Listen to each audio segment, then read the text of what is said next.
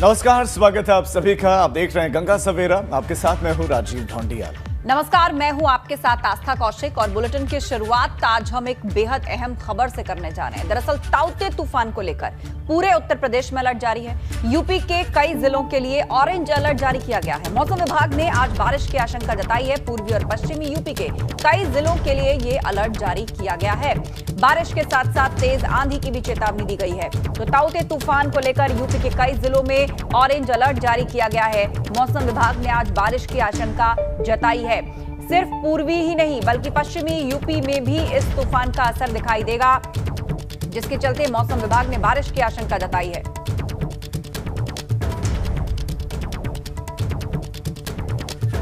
आगे बढ़ते हैं। प्रधानमंत्री नरेंद्र मोदी आज प्रभावित इलाकों का हवाई दौरा करने वाले हैं। हवाई दौरे से वो गुजरात में जो नुकसान हुआ है उसका जायजा लेने वाले हैं। गुजरात में दमन एंड दीव में प्रभावित इलाकों का प्रधानमंत्री नरेंद्र मोदी दौरा करेंगे। तो सुबह 9:30 बजे दिल्ली से प्रधानमंत्री नरेंद्र मोदी रवाना होंगे और अहमदाबाद में रिव्यू मीटिंग करने वाले हैं। दरअसल महाराष्ट्र की बात करें और विशेष तौर पर मुंबई में और गुजरात में नुकसान हुआ है, बड़ा नुकसान हुआ है। गुजरात में कई लोगों की जान भी जा चुकी है इस तूफान की वजह से, और जो रेस्क्यू ऑपरेशन वो भी लगातार वहां पर चलाया गया। जो लोग वहां समुद्र में थे उनको निकाला भी गया। लेकिन इस बीच में जो प्रभावित हिस्से हैं जहां पर बड़ा नुकसान हुआ है उसका जायजा लेने के लिए, उसका दौरा करने के लिए खुद प्रधानमंत्री नरेंद्र मोदी सुबह 9:30 बजे निकलेंगे।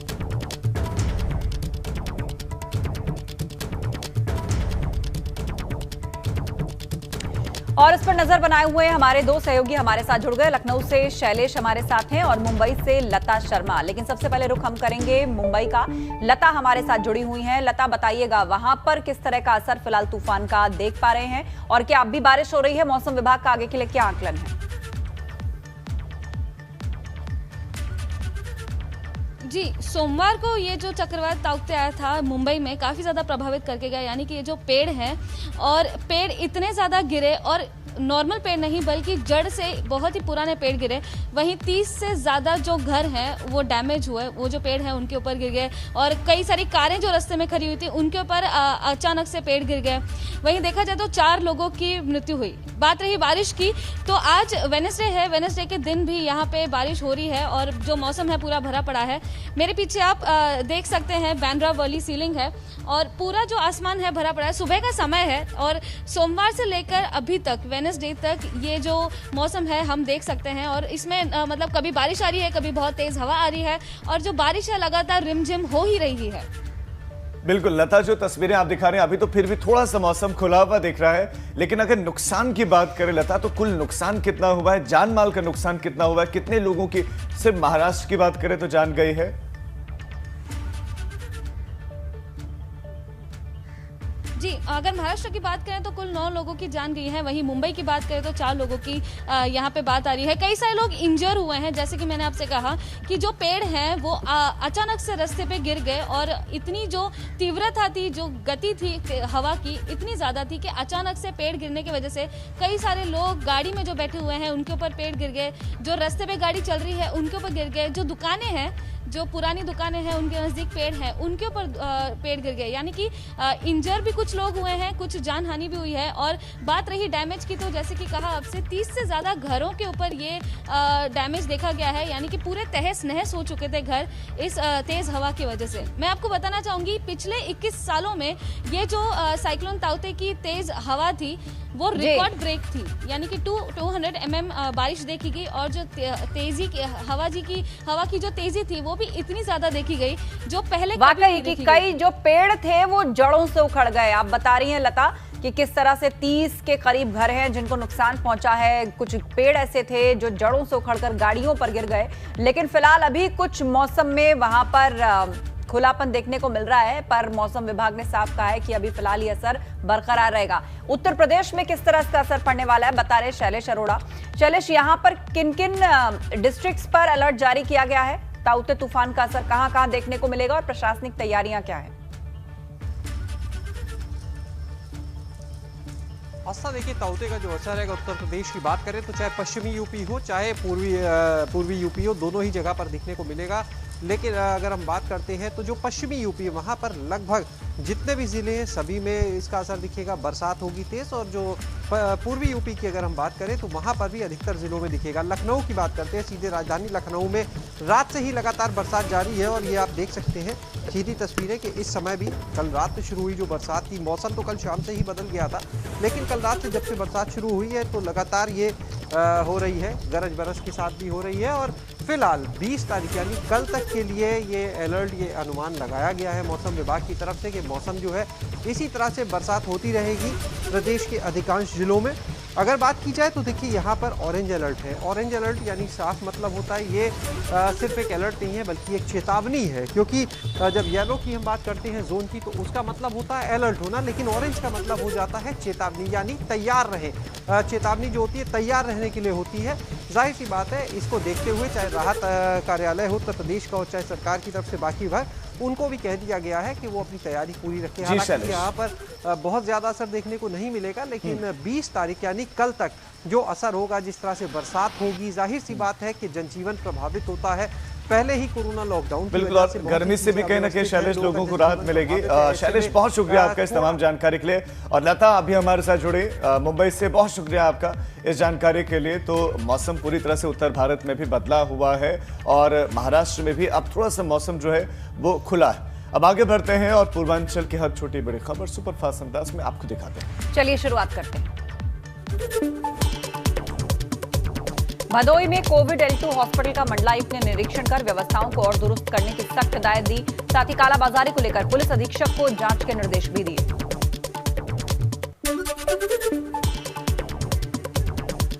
गाजीपुर में जिलाधिकारी के निर्देश पर सभी ब्लॉकों में 14 ब्लॉक में 4-4 टीम और 2 ब्लॉक में 3-3 टीमें बनाई गई। गांव में जाकर लोगों का टीकाकरण किया जा रहा है। इंस्टाग्राम पर फेक आईडी बनाकर आपत्तिजनक पोस्ट और फोटो पोस्ट कर युवक को ब्लैकमेल करने वाले 2 आरोपी गिरफ्तार कर लिए गए। गोरखपुर के राजघाट क्षेत्र के पीड़ित युवक ने साइबर थाने में इसकी शिकायत दर्ज करवाई थी। बस्ती में मरीजों से 30 से 40 हजार रुपए की वसूली की जा रही। दवा और ऑक्सीजन के नाम पर मरीजों से अवैध वसूली का मामला सामने आया। प्रशासनिक टीम ने कार्रवाई करते हुए एक आरोपी को गिरफ्तार किया। बलिया पुलिस की सबसे बड़ी संवेदनहीनता, मालदेपुर घाट पर शव को टायर रखकर जलाया। शव पर टायर रखकर पेट्रोल डालकर जलाने की बात सामने आई। दाह संस्कार में संवेदनहीनता के आरोप में 5 पुलिसकर्मी निलंबित किए गए। गोड्डा के भरतेपुर गांव में शॉर्ट सर्किट के चलते आग लगी, जिससे आधा दर्जन घर जल गए। इस घटना में लाखों की संपत्ति का नुकसान हुआ और पीड़ित खुले आसमान के नीचे रहने को मजबूर है। राजस्व टीम नुकसान के आकलन में जुटी हुई है। चंदौली के जिला अस्पताल में 500 MPL की क्षमता के साथ 80 मरीजों को सीधे ऑक्सीजन देने का प्लान शुरू हो गया। अब कोरोना पेशेंट को ऑक्सीजन के लिए इधर उधर भटकना नहीं पड़ेगा।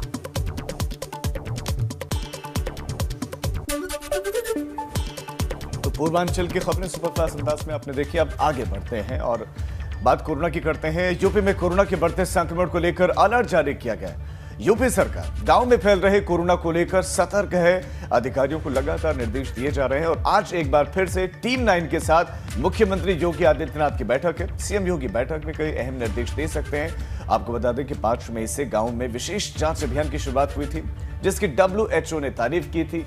सीएम योगी आज अभियान पर अधिकारियों से जो है अपडेट ले सकते हैं। साथ ही मीटिंग में सीएम कुछ खास निर्देश भी दे सकते हैं।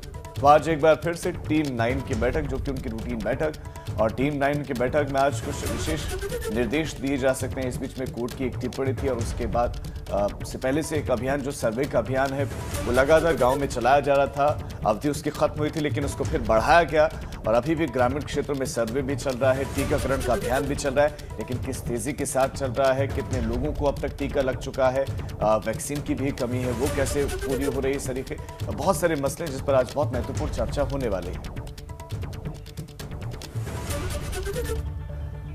कोरोना संक्रमण के बीच सरकार ने शादी, विवाह और स्कूलों में पढ़ाई को लेकर नई गाइडलाइंस जारी की हैं और इनके मुताबिक शादी समारोह में सिर्फ 25 लोगों को जाने की इजाजत होगी। अपर मुख्य सचिव गृह अवनीश अवस्थी ने इस बात का आदेश दिया है।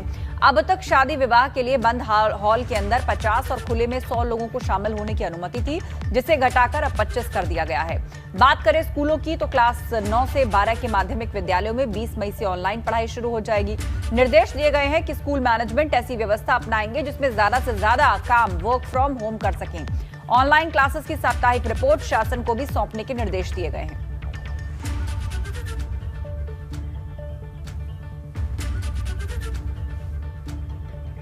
एक बड़ी खबर इस वक्त आपको दे दें, यूपी सरकार में राज्य मंत्री विजय कश्यप का कोरोना से निधन हो गया है। चरथावल से विधायक थे बीजेपी नेता विजय कश्यप, उनका निधन हो गया है। गुरुग्राम के मेदांता अस्पताल में भर्ती थे विजय कश्यप। एक बड़ी खबर, यूपी सरकार में बाढ़ और नियंत्रण मंत्री विजय कश्यप का निधन हो गया है। पिछले 20 दिनों से गंभीर हालत में विजय कश्यप थे। गुरुग्राम के मेदांता अस्पताल में उनका निधन हो गया। यूपी सरकार में मंत्री, बाढ़ और नियंत्रण मंत्री थे विजय कश्यप, उनका निधन हो गया है। और इस बीच में मुख्यमंत्री योगी आदित्यनाथ ने भी ट्वीट किया है और उन्होंने लिखा कि विजय कुमार कश्यप एक लोकप्रिय जनप्रतिनिधि थे। प्रदेश सरकार के मंत्री के रूप में उन्होंने सदैव अपने दायित्वों का कुशलतापूर्वक निर्वहन किया। कश्यप के निधन से जनता ने अपना एक सच्चा हितैषी खो दिया है। मुख्यमंत्री ने दिवंगत आत्मा की शांति की कामना करते हुए शोक संतप्त परिजनों के प्रति संवेदनाएं व्यक्त की। मुख्यमंत्री योगी आदित्यनाथ के साथ साथ डिप्टी सीएम केशव प्रसाद मौर्य ने ट्वीट करते हुए लिखा कि मुजफ्फरनगर के चरथावल से लोकप्रिय विधायक एवं प्रदेश सरकार में माननीय राज्य मंत्री श्री विजय कश्यप जी के निधन से अत्यंत दुखी हूं। समाज सेवा के लिए सदैव समर्पित रहने वाले नेता का निधन पार्टी और प्रदेश के लिए अपूरणीय क्षति है। कोरोना की दूसरी लहर में अब तक बीजेपी के 5 विधायकों का निधन हो चुका है, जिनमें रमेश दिवाकर औरैया से विधायक, केसर सिंह बरेली, सुरेश श्रीवास्तव लखनऊ से विधायक, तो दल बहादुर कोरी रायबरेली सलोन से। अब विजय कश्यप चरथावल मुजफ्फरनगर से विधायक, उनके भी निधन की खबर आई है। तो कोरोना की दूसरी लहर में बीजेपी के 5 विधायकों का निधन हुआ है।